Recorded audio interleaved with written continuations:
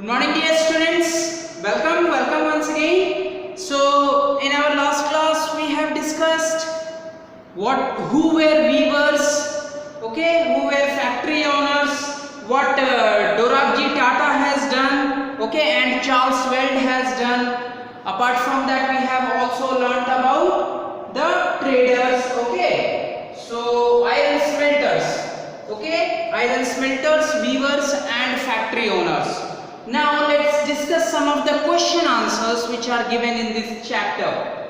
Question answers are very easy. Your first question states, what kind of cloth had a large market in Europe? What kind of cloth had a large market in Europe? Means what kind of cloth, okay, what kind of cloth were being used in market in Europe? That means which kind of cloth were in demand in Europe, you can say, okay. So it was cotton and silk textiles, okay, cotton and silk textiles. These are the types of textiles which had a large market in Europe. Moreover, chintz, bandana, jamdani, etc. These kinds of clothes were some varieties of clothes which were sold to people in Europe. So what kind of clothes were in demand? Chintz, bandana, jamdani, okay, these are the types of clothes. There was also demand of cotton textile with printed floral designs. What was that? Yes, it was bandana only, okay. So there was also demand of cotton textile with printed floral designs, right? What are these types of clothes? Chintz, what is chintz? What is bandana? What is jamdani? It is also given as a question in your section. Another question, what is jamdani? Okay, fine muslin, a type of cloth, okay. So what is jamdani? Jamdani is a fine muslin on which decorative motifs, okay, decorative motifs are woven on the loom. Everybody has seen? Yes, charkha, okay, loom means charkha. So decorative motifs are woven, decorative motifs are there, okay. You can understand it in this fashion, okay, that it is a fine muslin cloth on which decorative motifs are woven on loom, typically in grey and white. That means sometimes grey, sometimes white, okay. Grey and white combination of decorative motifs woven on the loom, okay. In another words, you can also say the grey and white decorative motifs woven means to weave, woven on the loom, a special type of equipment, okay. And this is jamdani, okay, fine muslin on which decorative motifs are woven, okay, typically in grey and white, okay. Now another term is bandana. What is bandana? Brightly colored and printed scarf. I have already discussed while I was discussing the log notes, I have given you the notes also. What is bandana? Brightly colored and printed scarf, right? Brightly colored and printed scarf for the neck or head, produced through method of tying and dyeing. That means suppose if you take a cloth and if you tie it and you dip it inside a color, and when you open it, it has a floral design, okay, it has different forms of design, okay. So brightly colored and printed scarf for neck or head, produced through method of tying and dyeing. Tying means to bind and dyeing means to color, okay. So by the method of tying and dyeing, brightly colored printed scarf is made, that is known as bandana. In any fashion you can learn, no problem. Another question. Who are the Agraries? Who were Agraries? These are the community of iron smelters. Okay? Simple and straight answer. Very simple. Small answer. Who are the Agraries? Agraries are Indian community, Indian family, Indian caste of iron smelters. Okay? Indian community of iron smelters are called Agraries. Okay? So iron smelter community of India are Agraries. Clear? Yes. I don't think there will be any problem with this types of questions. Questions are very easy here of this chapter. The only thing is you need to understand the things. Question number 5 is your fill in the blanks. You can take it out from the book. Okay. Answer is also being given. Another question. How do the names of different textiles tell us about their histories? How the word tell about the histories? I have discussed this one also. The same answer came over here. European traders first encountered, first met, M-E-T, met, past tense of meet. Okay. European traders first encountered, first meet, fine cotton clothes from Indian carried by Arab merchants in Mosul. Right? Fine cotton clothes taken by Arab merchant from India, okay, to Mosul, present day Iraq it is, right? Yes. So they began referring to all finely woven textile as muslin. From there, because it is being found in Mosul, that's why the word used for this kind of cloth is muslin. So here how you are going to relate the name of the article with the history, right? Because this type of cloth is being found in Mosul, that's why this fine cotton cloth is known as muslin, right? Yes. Another example, chintz is derived from Hindi word chint, right? Yes, chint, chinta marna. Okay, so chintz is derived from Hindi word chint, a cloth with small and flowery design. Flowery design, small, okay, small flowery design, chint, okay. And bandana now refers to any brightly colored and printed scarf for neck or head. That means for neck or head we use a brightly colored printed scarf, okay, known as bandana. Term derived from Hindi word bandhana. This word has been taken from Hindi bandhana, okay. So that's why the name has been given as bandana, brightly colored printed scarf, okay. Yes. The answers are very simple. You have to learn 2 to 3 examples. How does the different name tells about the history? Okay. Yes. So these are the some of the examples. These are simple one. You can also make your answer in your own words. Doesn't matter. Okay. Yes. Now moving on to the next question.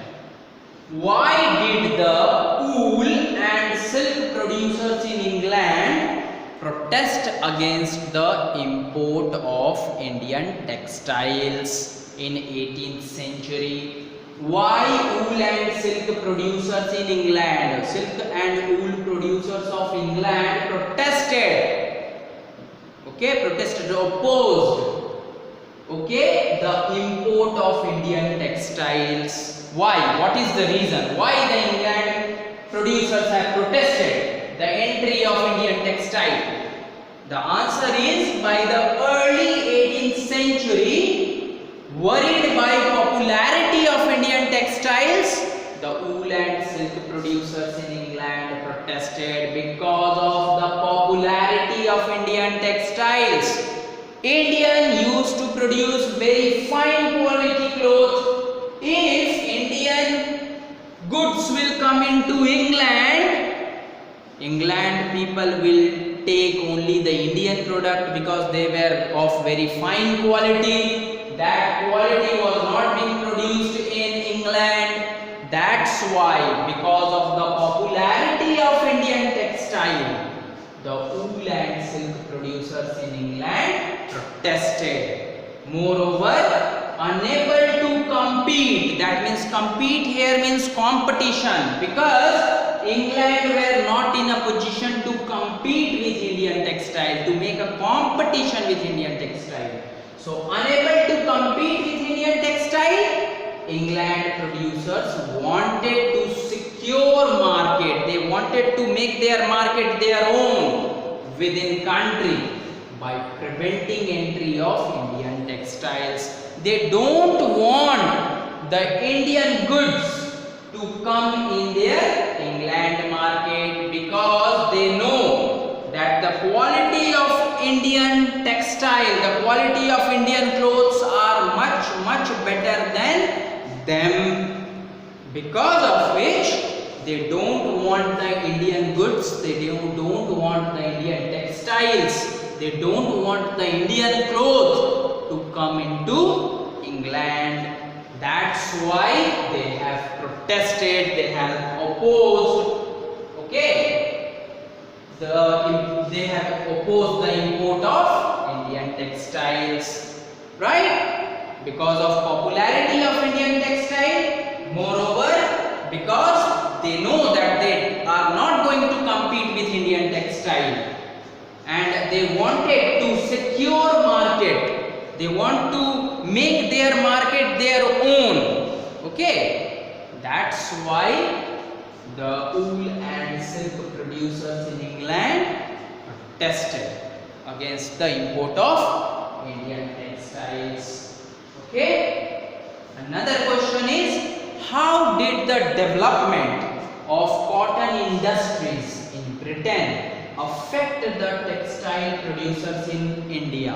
That means how the development of cotton industries, okay, in Britain affect the textile producers in India.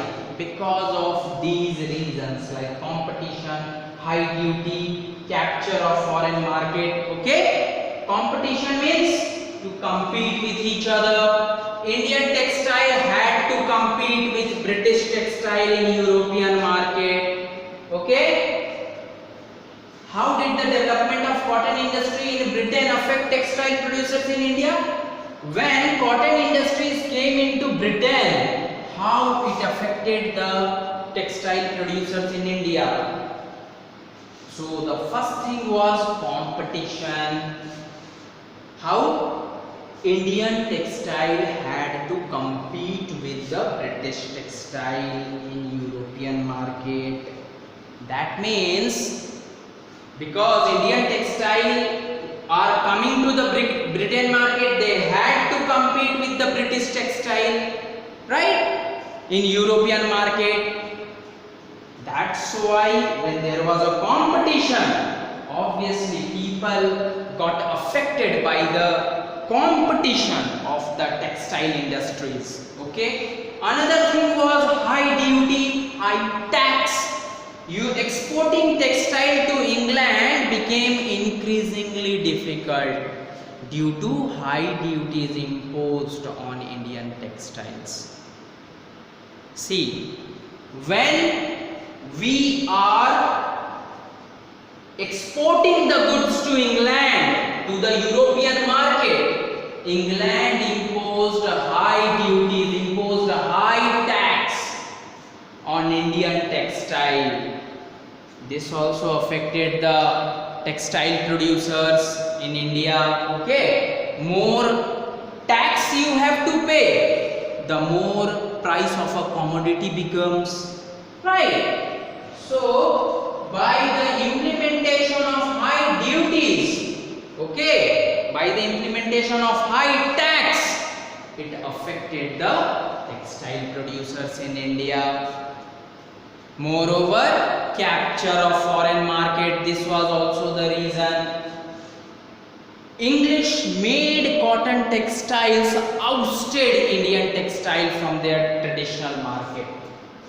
So it's the Englishmen, it's the British people, it's the English people who have made the cotton textile ousted, thrown out. Ousted means thrown out. Okay, so English made cotton textile, thrown out the Indian textile from their traditional market, throwing thousands of Indian weavers out of employment.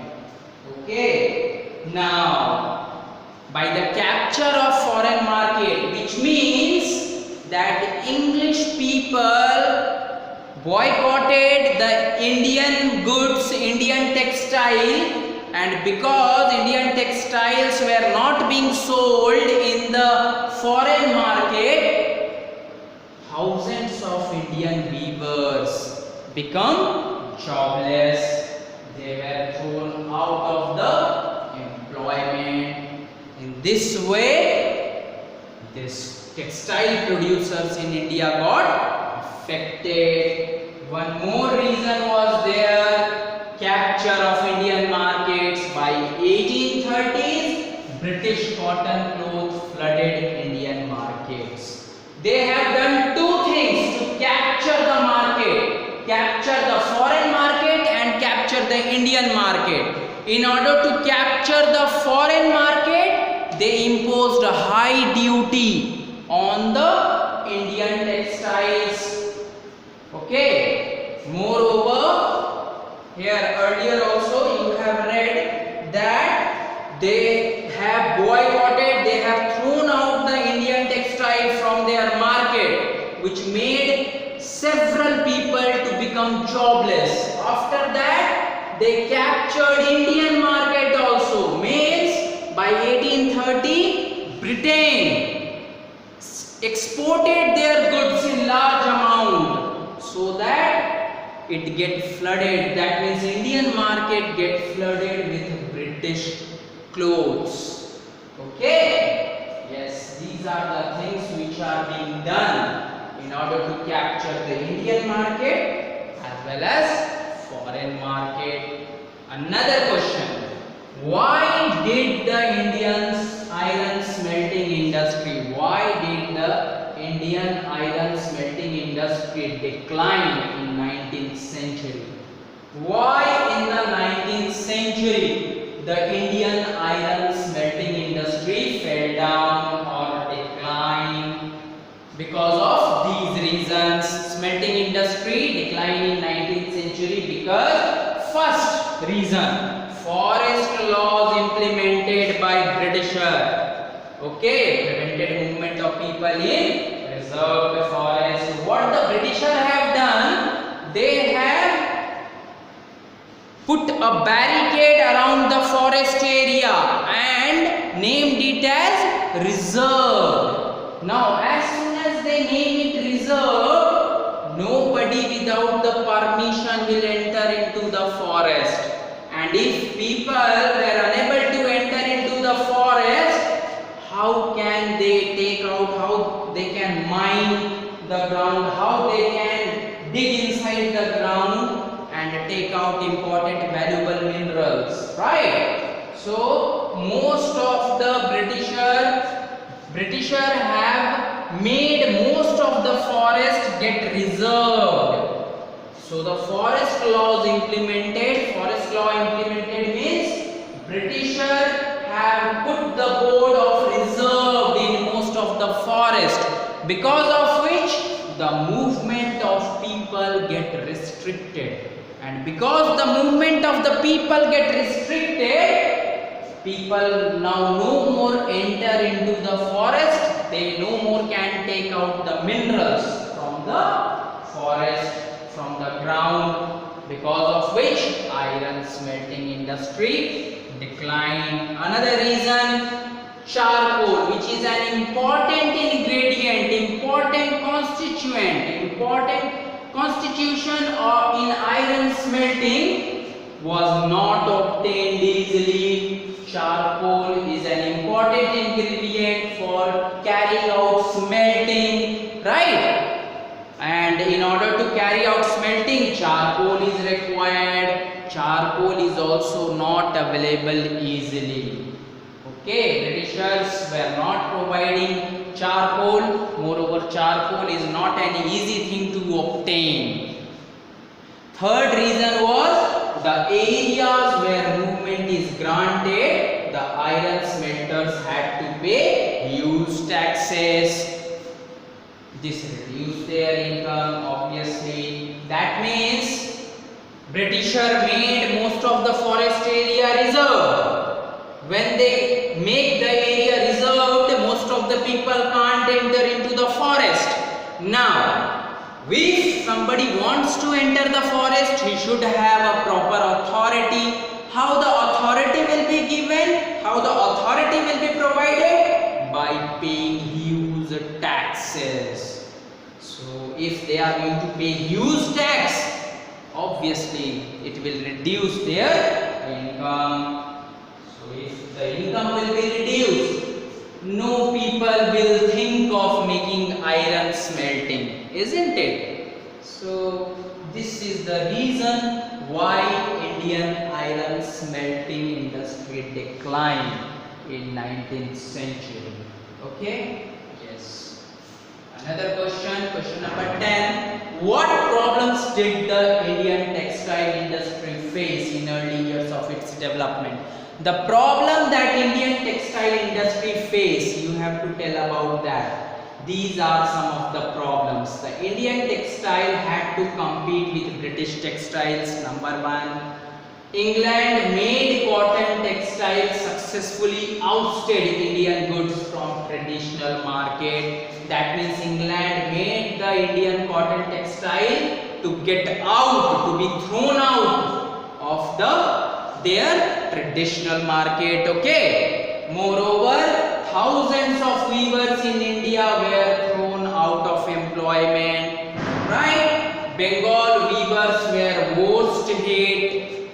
English and European companies stopped buying Indian goods and their agents no longer gave out advances. These are the reasons how Indian textile industry faced difficult in getting its development.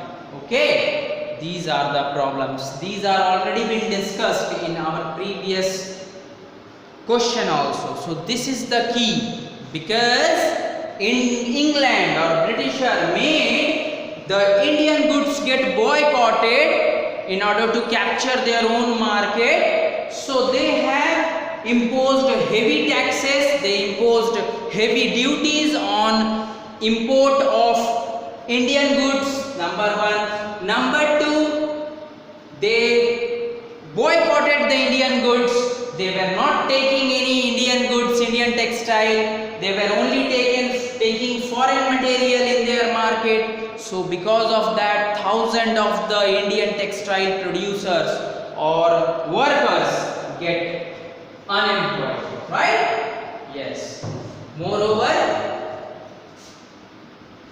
Bengal weavers were hit, worst hit. That means Bengal weavers were being at the great loss. English and European companies stopped buying the Indian goods. They stopped buying the Indian goods and they flooded the Indian market with their British goods. Okay, they start sending more and more goods of England to the Indian market. That means they captured English market as well as Indian market. In this way also you can write your answer. Okay. Now another question. Question number 11. What helped TISCO expand steel production during the First World War? Before First World War, British used to give their iron or steel to India, but as soon as the First World War began, all the iron and steel were started being used in the war only. So in 1914 the First World War broke out, right? So steel produced in Britain now had to meet demands of war. All the steel that were produced in Britain had to meet demands of war. So import of British steel into India declined and Indian Railways turned to Tisco for supply of rails. In the notes also I have told you, when the First World War broke out, Indian British Railways was making the railway tracks. So huge amount of iron was required, because earlier Britain was providing them the iron and steel, but as soon as the First World War broke out, all the Britain steel were being used in war only for making guns, equipments and several other things. Now that's why the railways now turned to India for giving iron, and they turned to Tisco because that was the only company at that time which was making the steel and iron, right? So it turned to Tisco, and that's why Tisco got flourished. Okay. Now let's discuss some of the internal questions. What was special about Tipu Sultan's sword? Yes, everybody knows about the answer. What was special about Tipu Sultan's sword? Tipu Sultan's sword was made up of high carbon steel called woods, right? So Tipu's sword was made of special type of high carbon steel called woods, and special feature of it, it has sharp edges. It has sharp edge. Okay. Yes. Why Britain came to be known as workshop of the world? Why Britain is known as workshop of the world? Because of production of cotton textiles and silk textiles. Okay, steel industry was also there, that's why. So production of cotton textiles with growing of iron and steel industry, Britain came to be known as workshop of the world. So Britain is known as workshop of the world because of production of cotton textile and iron and steel industries. Okay, so this is all about the question answers.